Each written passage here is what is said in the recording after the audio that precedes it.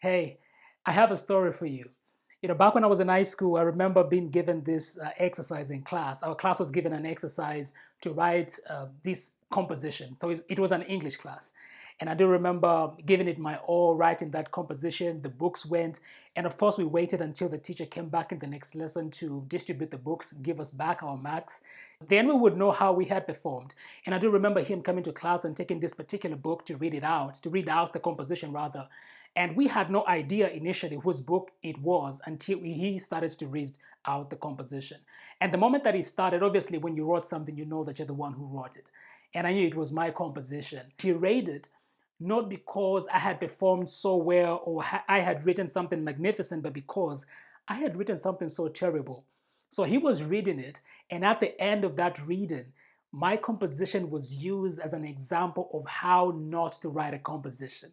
And of course, everyone laughed as he was reading it because at some points it would stop, and just because of how bad it was. Lo and behold, he called out my name. I went and took my book. And of course, it was an embarrassing moment. And I had options in how I was going to respond to that moment. I could have sat in the shame and in the embarrassment. I could have hated him for doing it. Or I could have done what I did, which is to say to myself, this won't happen again. But then it wasn't just a statement, it needed some action. So, what was the action I was going to take from that point forward? I decided that I was going to give myself to improving in this particular class, in this particular subject of English. And so I found another teacher, even outside of my class, who was gracious enough to agree to mark the compositions that I would write after finding my own exercises. So I would task myself, go in books and find exercises, and I would write them and take them to this teacher who was gracious enough to mark them. And she would leave comments there, and sometimes she would actually talk to me in person to give me some pointers of what I was doing wrong, what I was doing too much or too little of. And so, yeah, I improved my writing skills. But that was going to be a foundation of something that was in the latter part of my life was going to be an essential part of who I am or what I do. I've written 5 books to date.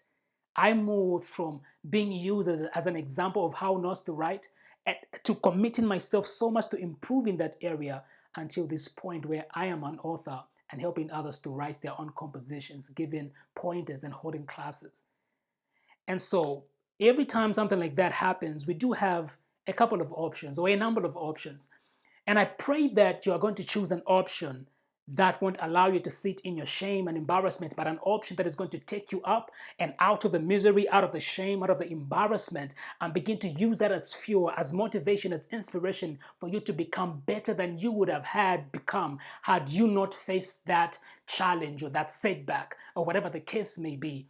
Take it as fuel and commit yourself to improving. Commit yourself to improving. And so here I am. I improved, and by the time we were writing the exams, I had a distinction 1 in English. So, what is going to be your decision today? For whatever is going on in your life, what are you going to decide? Are you going to decide to sit in the shame or to stand up and fight? I hope you choose to fight.